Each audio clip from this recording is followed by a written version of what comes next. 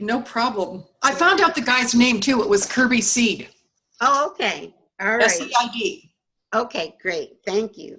Okay, we're going to get started. Okay. Welcome to Awake to Oneness Radio. I am Caroline Chang, your host. The mission of Awake to Oneness Radio is to inspire the world to awaken to the universal truth of oneness. Science is now teaching us that everything is energy, and that energy is interconnected and interdependent. That energy is actually one thing. In essence, that everything in the world, not just people, plants, the planet, animals, everything is connected.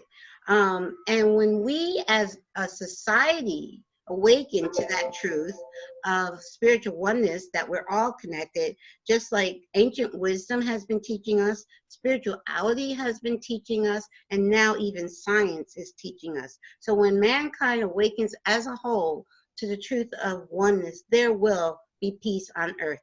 Today's show topic is linking to the spirit world with Jane Seybold. Thank you, Jane, for being my guest today on Awake to Oneness Radio. Welcome. Thank you for having me. Thank you. Yes, I see Jane everywhere I go. Every event I attend, Jane is right there, and I'm so happy that she is my guest today. Now, Jane, can you please share? I know a little bit about your work, and I've seen your work. So could you please share with our listeners who may not be familiar with your work and who you are, share your journey, your spiritual journey with our listeners.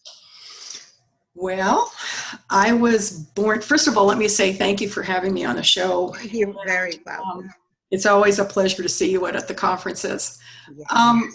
You know, I think some of us awaken to who we are rather quickly.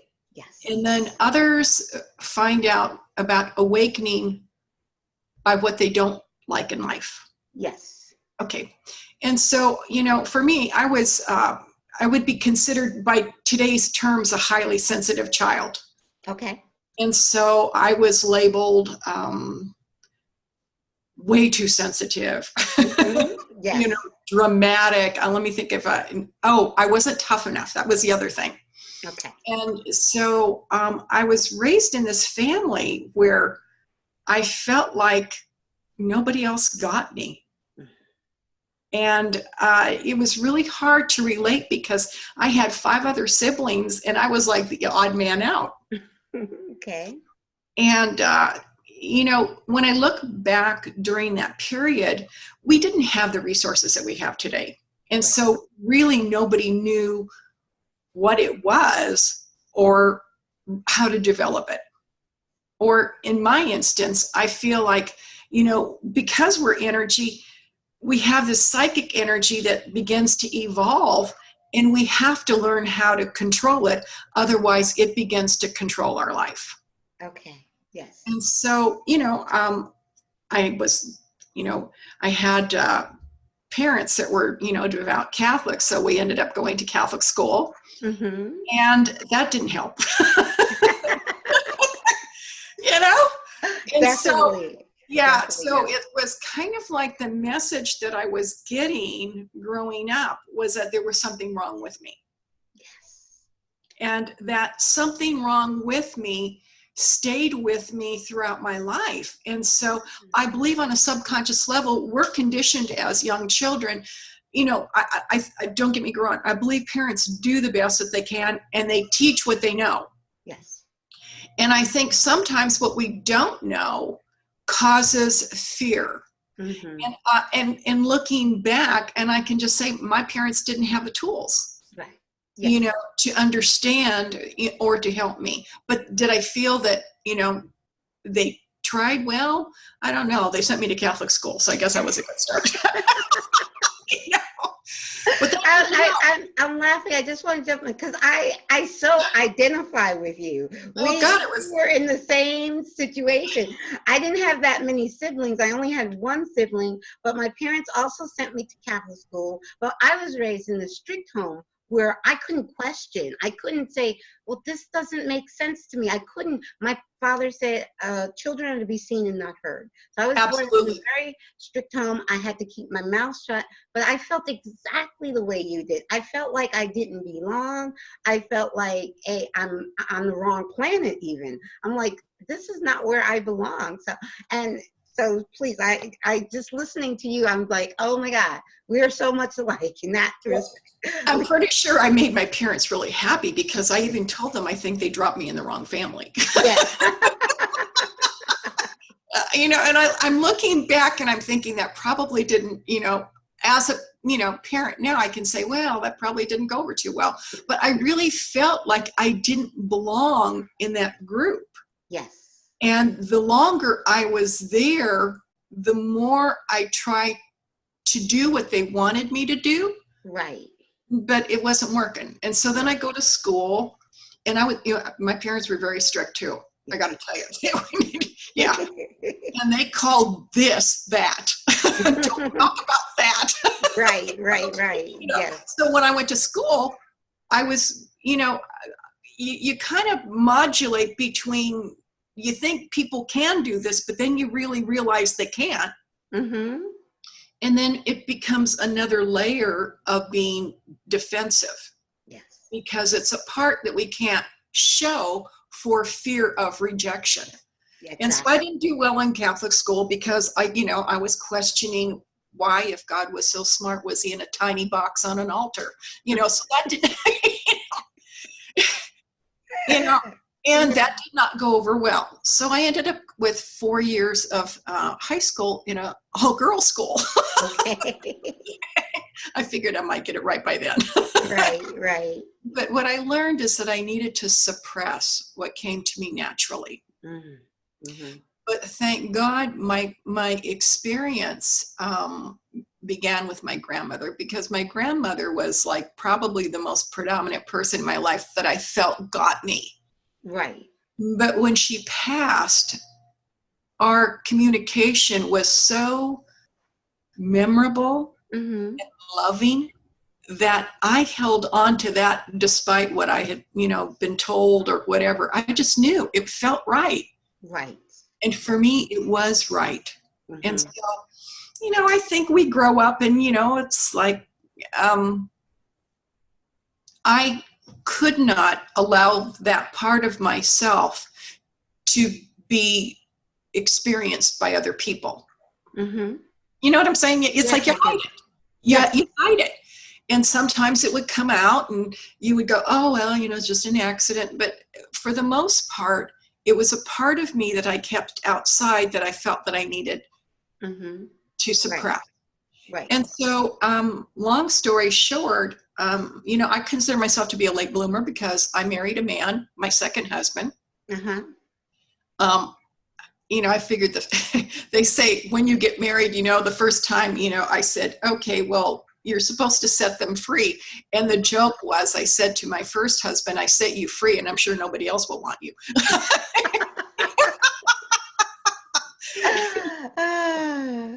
I think we go through life with humor, Yes.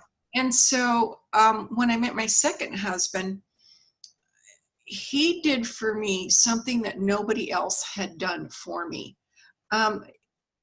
This is kind of like how spirit or God works in our life, but we were working at the same company in different locations, and I got a job offer to transfer to a satellite office, and it was just unheard of because I had not had that much seniority. And so I took it, and I had no idea that it was his first day back from bereavement leave. So he had just lost his wife. Okay. And when I met him, I was just like, it was like I knew him. Yes. I knew him. It was like nothing I had ever experienced before. And we got to talking, and the more I was around him, it was just this energy that it was like I couldn't deny. And I was thinking, I hope it's not one-sided. Yes. And eventually we went out, and he took me to my first meditation class. Okay, wow. Yeah, and we had a quickie. I met him in January. I went out with him in February. I moved in March and married in May. Okay. Well, when it's right, it's right. That's like, there's no too soon. When you know it, when you both, it's a past life recognition. You guys have been in each other's lives for many lifetimes. And so when you know it's right, it's right. Yes. You're absolutely 100%. I mean, I didn't have to ask myself. My mind, my body, and my spirit all knew. It was like a union of everything. Yes. And so I didn't tell him about that. Yes, of course, yes. I didn't tell him about that. Yes. But he always felt that I was very understanding of death. Mm-hmm. And I would just smile. Yes. But not really say anything. And then when we got married, I didn't tell him. Mm-hmm. But his wife had been communicating with me. Wow. Yes. One of the things that, I was just writing for an article that someone's doing for me. And I was in my cubicle, and she loved the smell of lavender. Okay. And I'm working in my cubicle, and all of a sudden my cubicle starts smelling like pungent lavender. Yes. And I thought somebody had a spray or perfume, and I jumped up from my desk. I'm like, who's got the spray? It's annoying. It was just inside my cube. Okay. And I'm like, no. And so the rational mind comes in and says, it has to be something other than it is. Right, right. And so I talked myself out of it. Mm-hmm. And then one day when we were at home, I was in the bedroom doing something. And once again, that lavender smell came in, very profuse, Mm-hmm. very profuse. But it was only on my side of the room. Okay. And I said, is that you? Okay. And I said, if it is, I'll deal with it. Okay. And so I got my little acknowledgement, and I sat down with my husband, and I said, well, there's something I need to tell you. Okay. Uh-huh. By the way, that meditation class that you took me to, that was really great. But there's something that I've had that I haven't understood my whole life. Mm-hmm. But I believe your wife is communicating with me, and this is what I have for you. Right. And he started to cry and actually go into almost like a guttural cry, because what he had said was that the information was everything that he wanted to talk to her about before she had passed. Oh, wow. But they couldn't talk about it, and that there was this book that she had given to everybody else except him. Okay. On dying. Yeah. Okay. Mm-hmm. So for him, he said it gave him such profound peace that he felt that I had something that other people should be able to share in. Yes. And I didn't believe him. Mm-hmm. I didn't believe him. And so he kept after me and kept after me and kept after me. And I said, finally, okay. And I started working in small little spiritualist churches. And then I started to really, I wanted to know what I didn't know. Right. I had the thirst to understand the mechanics of this. Yes. Not just do it, but understand how to do it and why. And why does it happen for some and not for others? And as I began that journey, I kept getting this impulse to really stop the job I was doing. I wasn't happy in it. It paid a lot of money, though. I hear you. But I was like, no. And then I got cancer. I didn't know that. I got cancer. In fact, what was interesting is that I had been seen by a chiropractor for back pain, lower back pain. Mm-hmm. And I had seen him for like a year, and it was like, it would get better and then it would get worse. And Then it got to the point where I really couldn't sit in a chair. And then I had been to the doctor back and forth, and they found nothing. But really what came out of it was that there was an x-ray that had been taken that had been misfiled that showed that I had a tumor on my kidney that they were supposed to be watching. Oh, wow. And so when I was in Canada, I got very sick and ended up in a very small hospital. And they gave me a letter to take home to my doctor. That's something that you never want to get. Okay. So I got off the plane and I went immediately into the hospital again, and I ended up having a partial nephrectomy. Okay. Before I did that, I went to Brazil to see John of God. Oh, I love John of God. Yes. I saw a lot of things there that I absolutely know to be true. And I know that we all have, the duality within us. It's what we feed, Yes. but it doesn't discount the work that people can do. Yes, of course. And so I was very lucky because he had said that the cancer cells would be combined into one area and that removed successfully. And that's exactly what happened. Okay, awesome. Yeah. But I decided at that point that I was ready to become teachable. Mm-hmm.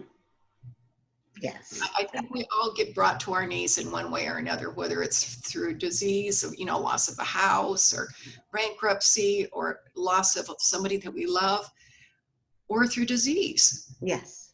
And so at that point, I had a lot of time to think about my life. Yes. Because I think what it does is it brings us into that present moment of what's it all about? Mm-hmm. And I had been skirting it, thinking that, oh, well, I'll just, get around to it someday, but not take heed. Yes.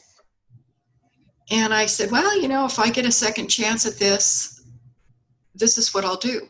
Mm-hmm. And I went back to work, and I never said that I was quitting to anybody. Right. I put my papers in to quit. And I was just waiting for them to come through, and I bought donuts that day and walked out and never looked back. Okay. It was 8 years before I could collect Social Security. So it was like I was taking a leap of faith. Yes. I was taking a leap of faith, but I felt, and this is how spirit works, but it was no longer, when it's the mind that gets into you, it'll come and it'll go. But when it's driven by something higher than ourselves, that voice within us becomes so loud, it's drowning. Yes. I mean, that's all I could hear. Mm-hmm. So I said, I give. Yes. Yes. And I think at that moment, that's when we surrender. We surrender to something greater that is working through our life. And when we start to have the courage to follow that path, the stones and the steps aren't all in place, but it takes an act of courage to take the first one and move in that direction. And so I did. Awesome. Beautiful. So I went back to the churches, and I was reading, sometimes up to 30 people for $5. Okay. Well, it was great experience. So Right. I said, well, let's do it for 10. Well, no, they can't do it for 10. Well, but all the money was going to the church, and I didn't understand that. But anyway, It's okay. Yeah. what I did is I said, they finally agreed, I think it was to $10. And then I said, well, let's do 20, because I thought maybe that would cut down on the number of people.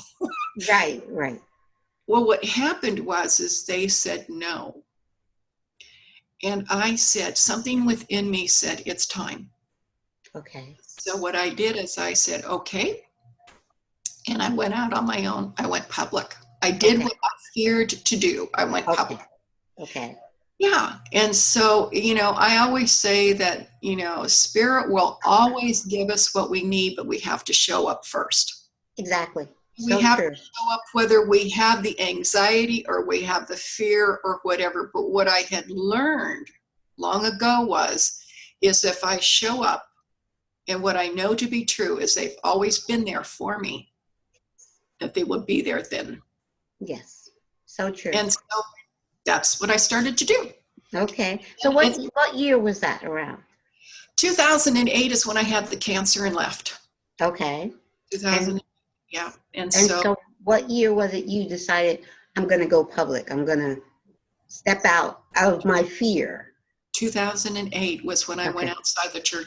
Well, 2008, well, yeah, about 2008 is when I went outside the churches. Okay.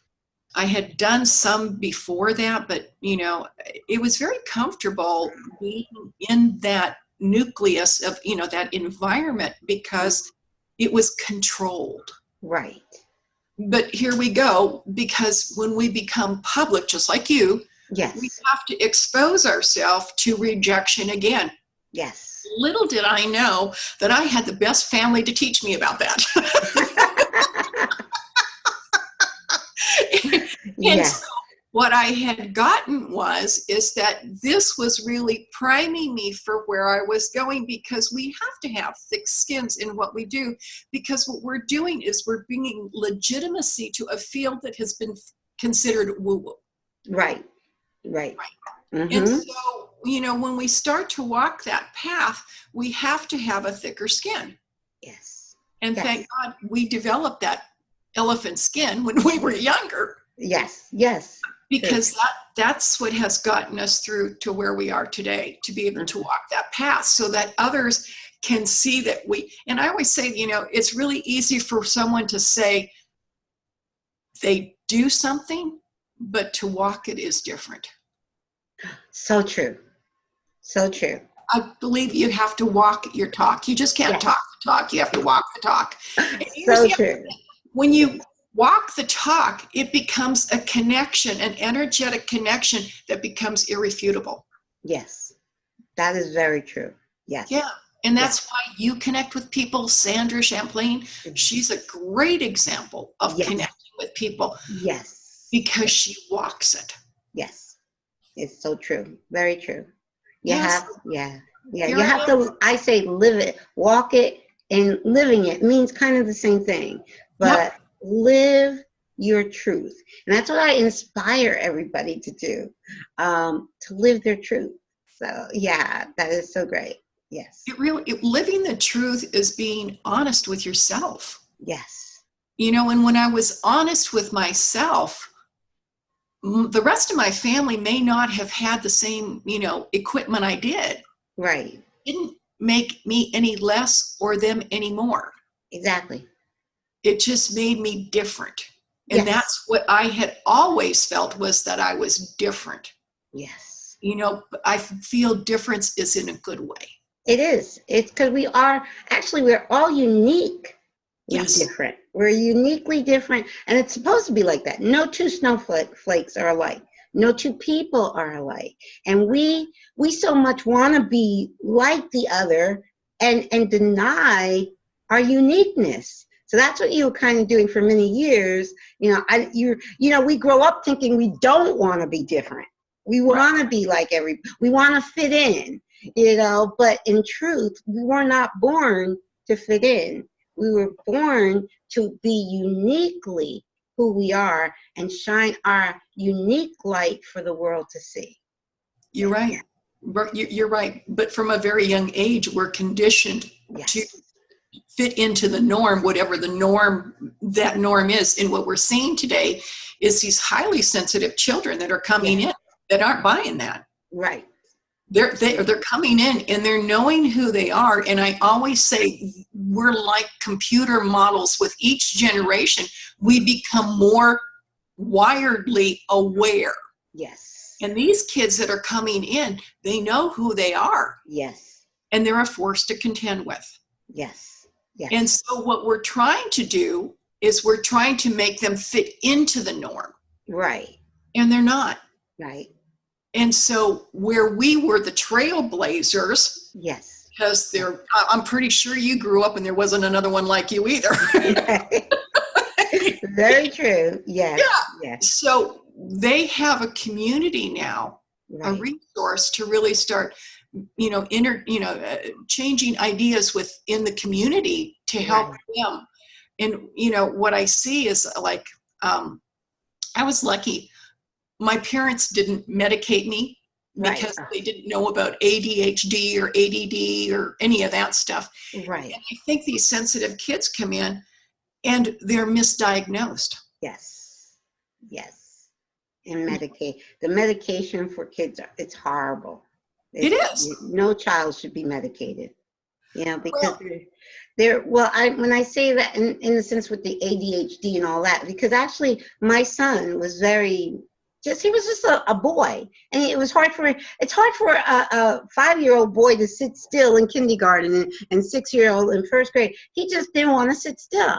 They did test him, but I remember even back then, before I know all that I knew now about how bad those medications are for young children, I said, you can test him, but he is not taking any medication. So they did test him, and they said they didn't think he needed any medication. He was just an active young boy. That's it, And these kids, they're not designed to sit still for 8 hours. They're designed to run around and play and be out in nature, and it's just the way society. It's the society. It's not the kids. If we take time to let them be them and grow into who they're supposed to be, it would work out so much better. Well, you and I were lucky, because when we were growing up, our parents threw us out of the house. Well, what I did, I eloped. I ran away right after high school. I married my first boy. I eloped. I ran away to Maryland at the time, because I could get married at 17 in Maryland. So I ran away to Maryland and eloped at 17. So, oh, wow. Yes. They didn't have to throw me out. I ran out. I was looking for we were raised in a different era where, we were able to play outside, and we didn't have as much technology. And what we know today is technology actually interferes with the auric field. Yes. And that's what we're giving these children. Yes. And so they're highly sensitive. So now we're giving them the technology that actually creates even more of a problem with them. Yes, yes. And it takes them out of the environment outside, which is the nature, to ground them, and we put them more into their mind. Right. Which makes more of a disconnect from who they really are. Exactly. Yeah. So in a way, we're streamlining the conformity, just in a different way. Yes, this is true, because technology has its plus, but like you said, when we were kids, we would be outside playing. When we weren't home, we weren't doing homework, we're outside playing. Yeah. And even in the cold, we'd be outside playing. But today's kids, you're right. Technology has its place, but not if a child is not going out and experiencing the fresh air and nature, just being in nature. It does something. It raises the vibration, just communing with nature. They found out with the astronauts, when the astronauts went into space, they found out that, they got sick. And so what they found out is that we have the Schumann resonance here. It's a frequency of the Earth. And so when it was duplicated in space, they no longer had that problem. Right. But it's the same way here. What have we done? We have taken away the leather shoes, which would have connected us to the earth. Mm-hmm. And now we've replaced it with plastic or rubber, which creates an interference for the grounding. Okay. All right. Yeah. So we've done things that make it more difficult for the person to actually connect to the earth. Mm-hmm. That's why I think a lot of people today have anxiety. Yes. Because they're ungrounded. Yes. Very true. Very true. And society as a whole does not help. like the news. Okay. I've listened to my inner guidance. Now, I'm not a medium. But I've listened to my inner guidance my entire life.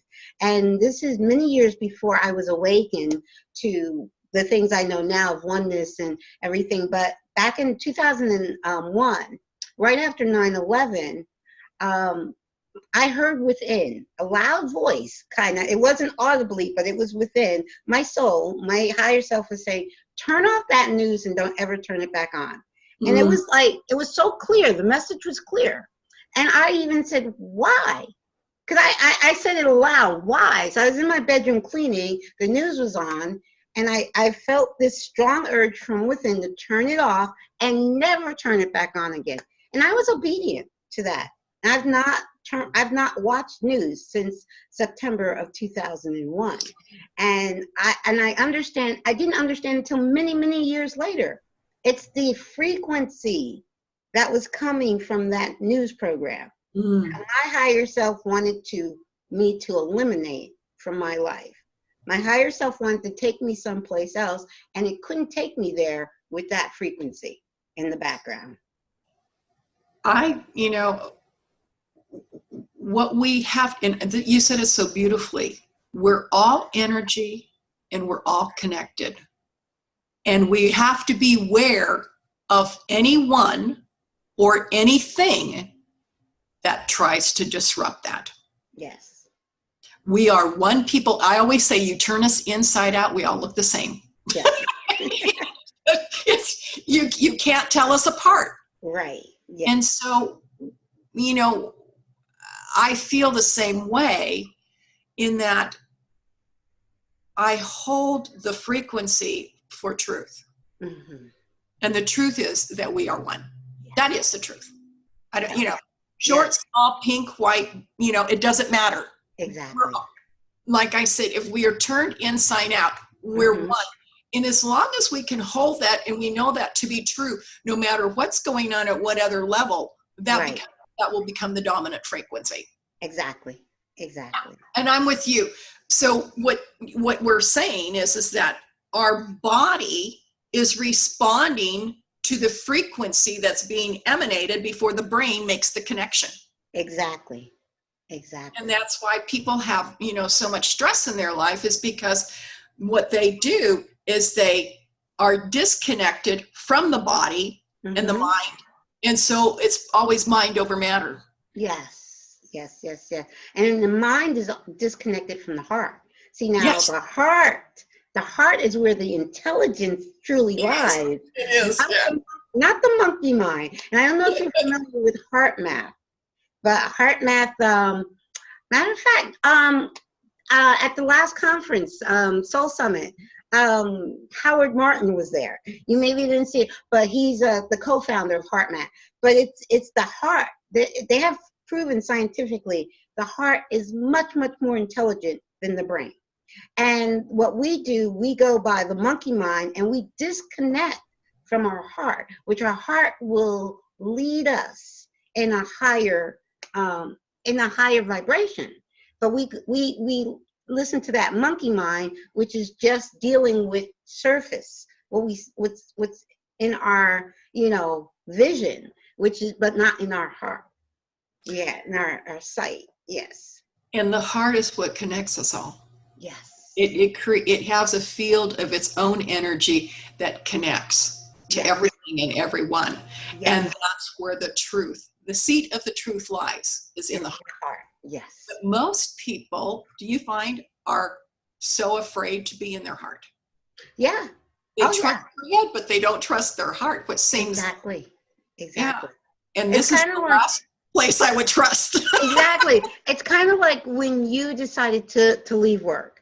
Now, most people would never have done that because their mind is saying, no, I need that money. I can't. But your heart was telling you it's time to leave work, and you followed your heart. The same thing with me starting this show 4.5 years ago.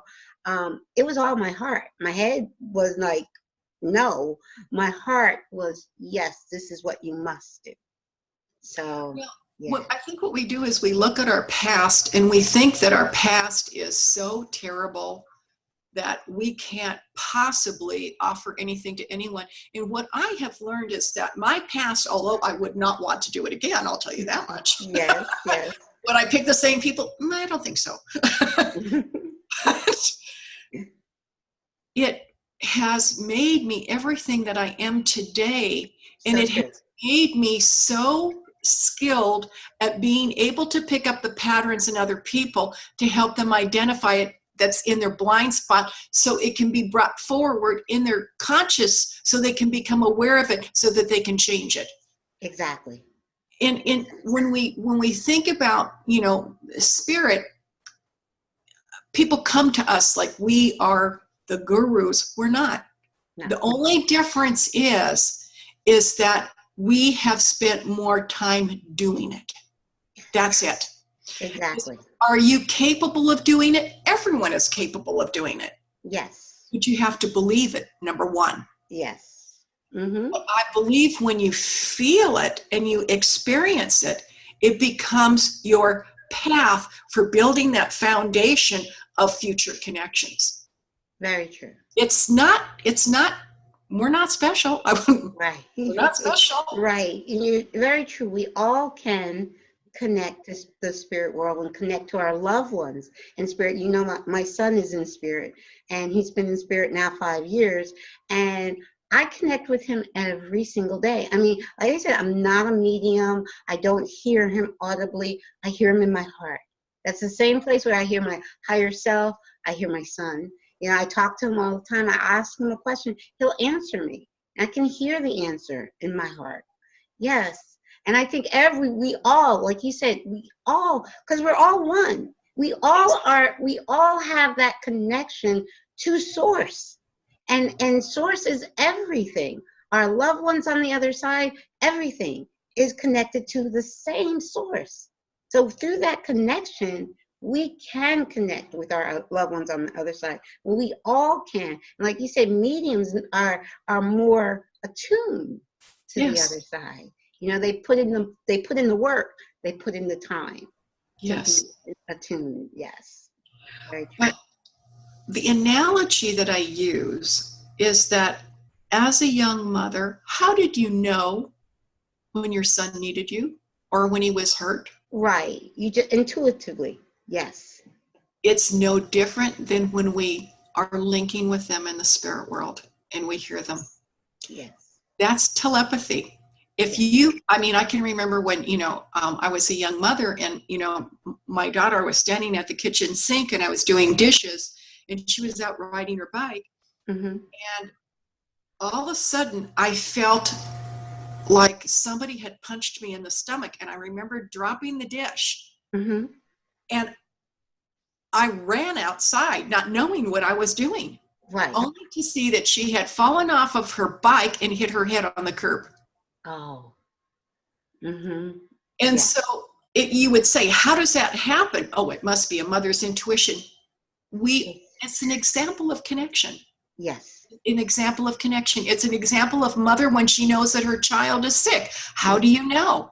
Or how do you know Uncle Harry is sick and 3 states away? Yes. It's because we're connected. If that connection can be available to you, yes, in 3 states away, yes, can it not be the same in another dimension?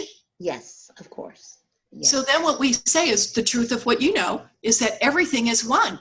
Yes. And it's our belief that will limit us to the availability that we're able to actually connect with a person.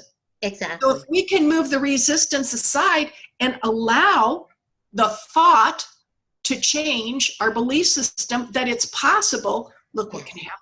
Yes. So true.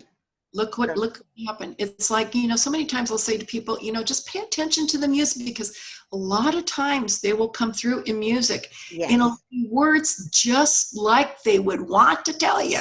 Yes. Very, very true. Yes. But when we become aware, they'll say, oh, well, no. I wasn't aware of that before. Well, no. When we become aware of it, we begin to see it everywhere. Exactly. We're no longer blinded to it. Right. I call us the Helen Kellers of the non-physical world. Yes, because our loved ones are trying to let us know. They're trying to communicate with us all the time. But it's like you said, it's our resistance to it, our non-belief, our resistance. And if we do notice something, we'll let our mind say, oh, that's just coincidence.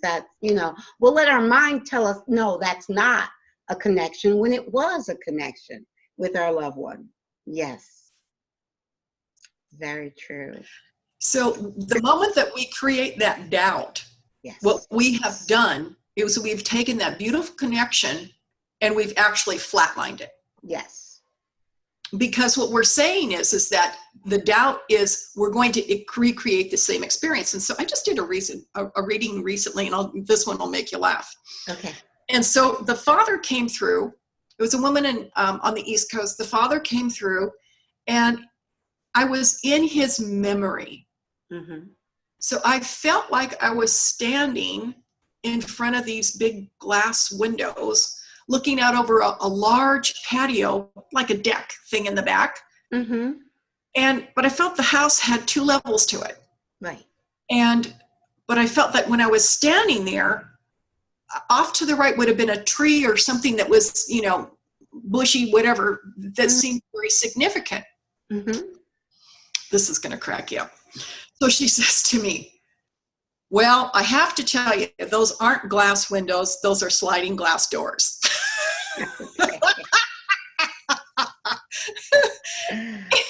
And it's really not a 2-level home like you would think. It's a house that has a basement. Is that not 2 levels? To me, that's 2 levels. Yeah. Right. And she said to me, and this is what cracked me up. She said, can you tell me the color of the bush? Oh, goodness. Oh, my goodness. Yes. Yeah. So, yes, I get it. Yeah. And so I said to her, your dad has come through with such detailed information. Right. Right. Yes. But what we're looking for, mm-hmm. she didn't get. Right. To make her believe. Right. Right. I understand. So it's like you missed the whole picture. Yes. Because, we're looking for that one piece of validation. Right. But when we cross to the spirit world, what people don't understand is that they are in the driver's seat as far as communication. They will bring forth everything that they feel is necessary for you to evolve, heal, or find closure. Right. It's always positive. Yes.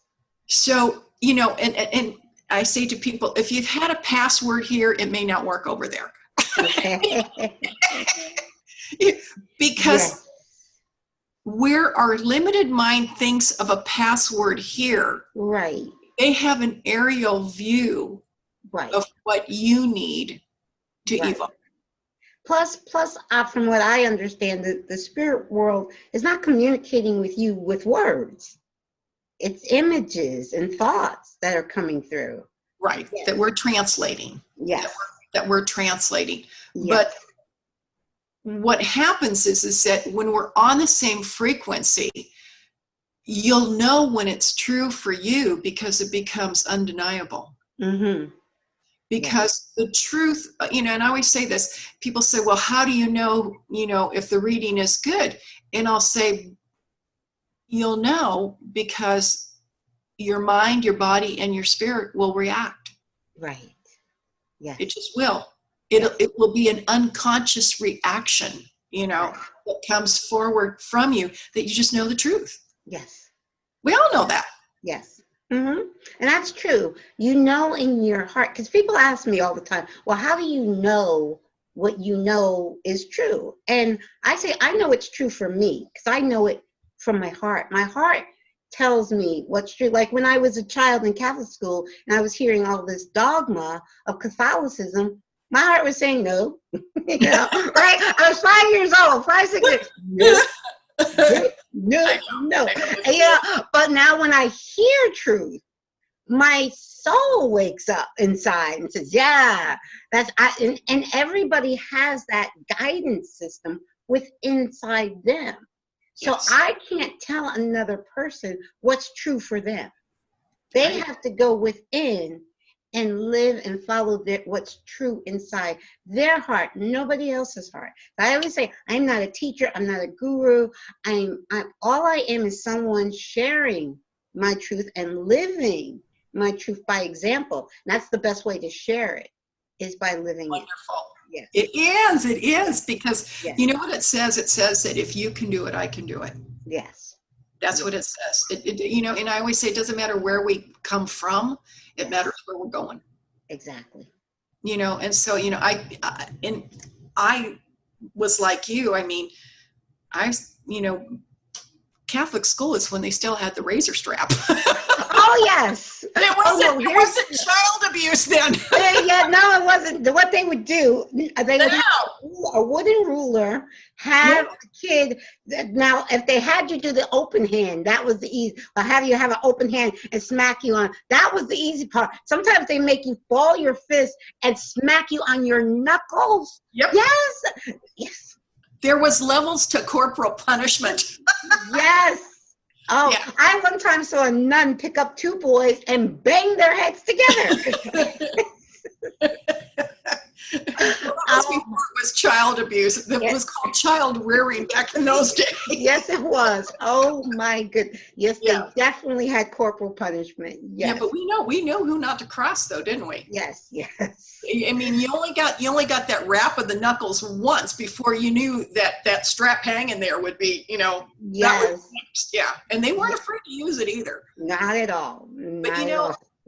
what I did love about being in a parochial school was not the church part, Right. but I remember one time at like Christmas Eve service, and everyone was singing, the choir was singing, and it was that feeling of alignment with Source. Mm. And Yes. I never forgot that. Yes. I never forgot that. Yes. But when I went back and, you go through the daily, never felt it. Right. Never. Right. Because I understand it today as being rudimentary actions. Mm-hmm. There was no feeling behind it. Right. Not in the person giving the at the pulpit giving the Right. sermon, Right. or the people feeling it. There was no connection. Right. Right. Yes. But what I learned, and that experience is that if I felt it then, Yes. I'd feel it again. Yes. And what I come to understand is the more we can get in that space, whether it's through meditation, walking meditation, or however, but when we quiet that mind and we become in alignment with that which we are, which is connected to which that all that is, it expresses through us in a most different way that we, our limited selves, could never understand. Yes, exactly. Exactly. We become so much more. Exactly. That is And so that's true. what people are missing today is, they're falling away from church. And I'm saying, well, however you find that alignment, Exactly. find it. Exactly. Because that is the beginning of your journey of introspection and knowing about you, because I don't think I can know about anybody else until I know about me. Mm-hmm. I have to know about how I work. I have to know about how I feel. I have to know about not how do I put my filters aside to see somebody in their own uniqueness, to be able to see what their pitfalls are, to see their patterns, to see how I can help actually see what their future looks like. Mm-hmm.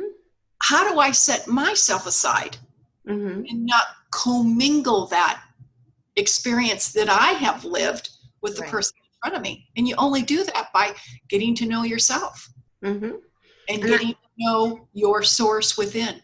Right. And I also do everything, for me, everything does start from within, meaning knowing yourself, appreciating yourself, and loving yourself so you can love and appreciate each other for their uniqueness. See, a lot of times people, I responded to someone's comment on YouTube today, but it's like they want to put everybody in a box. Like conform. Everybody should be this way. No, first of all, appreciate your uniqueness, love your uniqueness. That allows you to love and appreciate everyone else's uniqueness, not try to change them, love them where they're at. It's all about unity within diversity. That's what's going to bring about world peace. I'm going to add one little thing, caveat to that. I believe we can love people, but I also believe that they don't need to be in our life. Oh, definitely. We can love people from a distance. We can love them. We can love them from a distance, because I think the way that we were brought up is that we need to fix, and that is the biggest untruth that there is. Right. And so the only one that we become responsible for is ourself. And I'm going to go back to something that, I had, heard when I was raised in the Catholic schools, is that, you do not cast pearl before swine. I had no idea what that meant. Yeah. I really didn't. Right. What I understand it to be today is that we can only help those that are ready. And in truth, I'm sorry, I always say it's the true help. We can guide them. For me, I tried to guide them to go within and tap into that truth, because in truth, when they're open enough to be guided to go within, they tap into it and they transform themselves. So to me, I always say we are each our own saviors. I can't save anybody. Yes, we are. We are each our own savior, and all another person can do is guide us to ourselves, so we can actually save ourselves. Yes.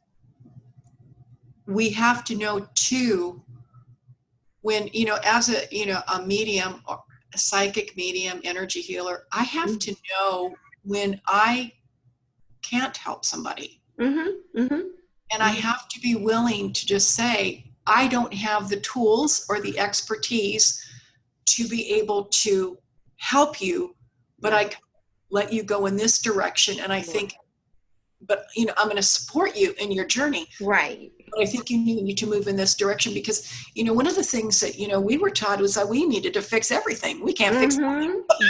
Yes. And I went through that phase where I felt I had to fix everybody. But then I'm like, no, it's not my job. It's not your job. Yeah, not my job. But I, love them, point them in the right direction, do what I can. But then, you have to get to a point where you get to the point where there's nothing more I can do. There's nothing more I can do. Now you have to let them work, even kind of as a parent with children. We raise our children to the best of our abilities, but at some point we're going to have to let them out in the world and let them be. And that's integrity within ourselves. Yes. And that's the integrity of the person too. And it's, I always say that, I don't have all the answers, but I know that this supreme being does. Exactly. And if I feel that, I can't help you, I know that you'll be directed to who you need to go to. Exactly. I just know that I'm not the right person. And maybe that's the lesson here is that it's discernment that we're learning. Yes, it is.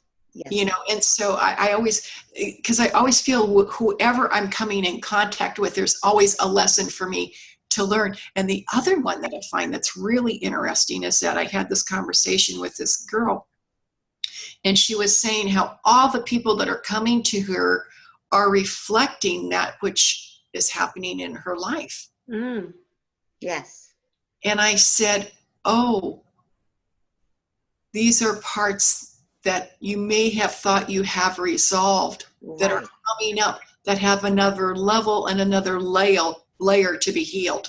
Exactly. She said, an OMG. Very true. Because we keep going back and forth towards the same things that we thought that we have dealt with. Exactly. But when you think about it, when we come in, we have this conditioning that starts at a very young age and it continues throughout our life. So just as it took to wrap this up, it's going to have to unravel. Exactly. And so we'll revisit the same spot many times over because it's a different layer and a different level that we've gotten to. Exactly. It doesn't mean that we failed. Exactly. It means that we're a Christopher Columbus of our own life. That's what it means. We're a truth seeker. Yes. And also I like that you use the word discernment, because I talk a lot about non-judgment. Now discernment is, like you say, I know that I do some mentoring now. I just started doing one-on-one mentoring. Oh, cool. And there's sometimes I get to the point where I know we've been here. I've pointed you, I've shared with you, but we've gotten to the point where we're not getting past. We're hitting a wall. So here's some more material. Here's some more resources. But like I said, I used to be, maybe 10 years ago, I felt like I had to fix everybody. Like, you know, and a lot of times we do feel like, oh, I've got to fix this person, and it's not. It's the true healing only comes from within them. We can guide them. We can, you know, point them in the right direction, but the healing comes from within, and they have to be open to that themselves. So so you know, I got to the point where I was like, I can't say I can do what I can do to help this person, and I'm going to do all I can do, but it's not my job. It's only my job to fix me. Isn't there my freedom job in to fix me. But there's so much freedom in that. Yes, yes. There is so much freedom because, you know, I always say, if you think that you can make someone bad, then you can make someone good. Right, right. And you can't do either. That's the illusion. Exactly. And so it's like, when you really understand that what we're trying to do, because when I first started out, I didn't understand this, but it was like, as a young medium, I wanted to get validation. Right. Because that validation would reinforce my self-esteem. That I was doing good. Right. And then one day, I kind of woke up after a push from the other side. And I realized that if I was working for the spirit world, that was my validation. Because I would know the truth of the message that was being brought through and the quality of it. And that itself should stand for it. Exactly. And when I made that leap, it freed me up, and my readings became even better. Right. Yes. Because I was no longer looking for the approval from the person others. Exactly. Right. I was more willing to put all my chips on the side of the spirit world and just say, look, give it to me. I'll put it out there. And I have, you know, I got to tell you, when you're doing this work, sometimes you'll get the most bizarre things. And they make absolutely no sense because it's not about you. Right. Not about the medium. Exactly. Not about the medium. It's about the person in front of us, that the information will trigger a memory within them that becomes so personal that they understand that a communication is taking place. That's when it becomes life-changing. Yes. That's when it becomes life-changing. So true. That's so true too. When we were talking about following our heart, a lot of times people don't follow their heart because they say it won't be approved by other people, by family, by friends. They won't approve of it. I had a very good friend of mine disassociate with me when I started my show 4 years ago, you know, and it's like, I'm done with you because I had channel, and this particular person is a fundamental Christian. And because I was having channels and mediums on my show, they were done with me. So am I going to not do my show because this person disapproves of me? You know, no, you follow. That's why a lot of people don't actually follow what's in their heart, because they feel they're going to be others, their family or friends will disapprove of them. So, well, I think I've made, you know, they'd have to take a number and get in line because my family started with me. Okay. Yes. And so, you know, I laugh about it, but I think what happens is that we become catalysts for change for these people, for the evolution of their soul, and we can't take it personal. Right. This is where I say we can be in the family and love them and not have them in our life, and it's by their choice. Yes, exactly. It's not by ours, it's by their choice. And I always honor someone's choice to choose whether they want to be part of my life or not. Yes. And the only way that you can't is if you're violent or disrespectful. Right. Yes. But everything else I can move past. Yes. Yes. But you have to choose not to be part of me. And you know what? That's okay, because what, you know, I learned is that as we let go of what we think should be. Exactly. Yes. And move into what is, it frees me up to be that I am. Yes. I am. That's so true. And I love how you just said that. I have found more people that have come from dysfunctional families. Does that make there's something wrong with us? No. We've survived it. Yes. I still love my family. Yes. I think, but it's my job, no matter what has happened to me in the past. That is the past. Yes. And this moment is mine. Yes. And I claim it. And from this point on, they have no power over me because I am not the person of the past, but the past has made me part of who I am today. Exactly. Because it became relevant in helping other people. Does that make sense? You said it beautifully. So I have went from disempowerment to empowerment. Yes. And that's where I choose to live my life. Yes. I didn't get everything. I mean, I'll tell you this little story. My friend, we were talking about, we meet this women's group on a monthly basis. Mm-hmm. And she said to me, I really thought I came from a poor family. And I'm listening to her. And she said, we didn't have an elevator in our home and a dumbwaiter.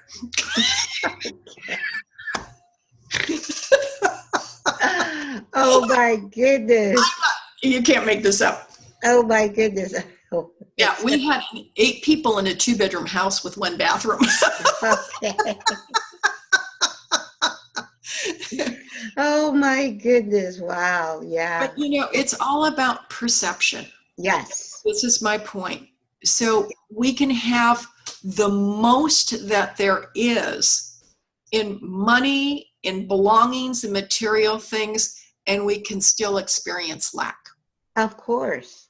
And the people that have minimal, yes, don't understand it because they come from a wholeness of prosperity. Exactly. So if we take out the material goods, it's all about alignment once again with not who we are, but with our Creator. Right. And true. And I used to hear this as words, and before I understood what I understand now about oneness and the level of spiritual maturity I've gained over the past few years, it's not just words. Happiness truly comes from within. It does. It has nothing to do with material goods. It is truly a state of being. It is a state of being that comes from within. Doesn't come from outside material goods, or doesn't even come from outside people. I mean, sure, outside, your family and friends can add to your enjoyment, but the true state of happiness and well-being comes from only one place, and that's from within you. We had great teachers because the family that I was raised in, I had to learn how to love myself. Me too. I had to learn how to embrace my abilities and not disown part of me to be part of something that didn't like me, whether I disowned them or not. Yes. That was, but you see, if somebody really loves you, yes, they don't put a condition on you. Yes. They don't judge you. It becomes, I'll be there. Yes. Yes. Unconditional. It doesn't matter your political, it doesn't matter your religious, it doesn't matter your ethnicity. At the core, they honor the humanness of the spirit. Right. Yes. I should say the spirit in the human. Yes. That's what you see. I say oneness, when you understand oneness from your heart, you see another person and you see yourself in their eyes and understand. Now, you don't have to agree politically, nothing. You could disagree about everything, but you honor them for the spirit in them, which is the same spirit in you. Yes. So that's the understanding. And oneness brings about that sense of unconditional love. That is what it is all about, unconditional love.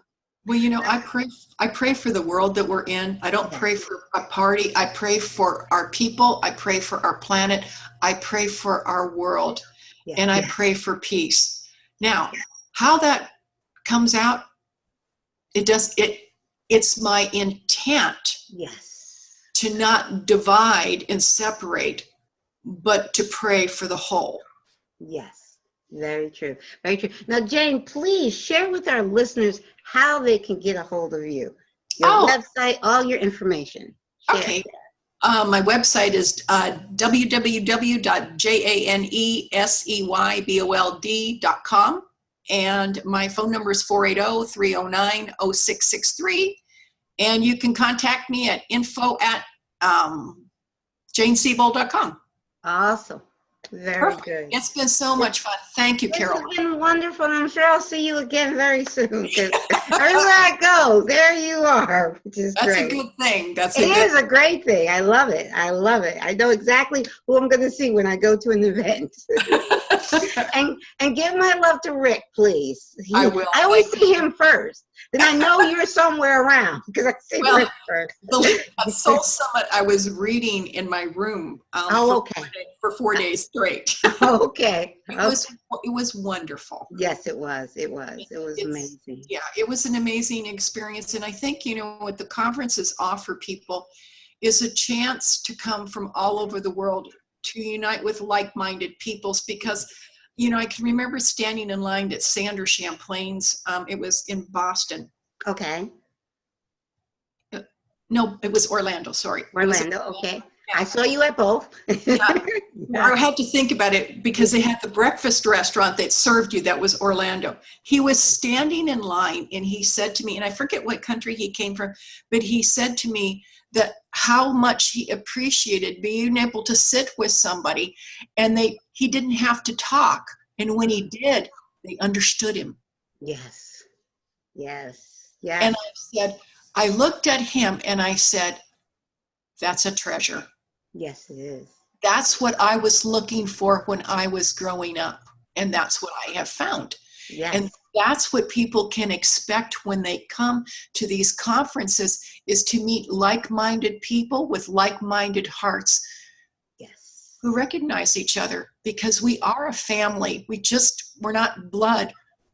We're something more than that. Right. We're universal. Yes. So true. Well, thank you, Jane, so much. I love you so much. I love Rick, and I will be seeing you guys, I know, very soon. All right. Hugs to you, sweetheart. Thank you so much. All right. Bye-bye. Bye-bye.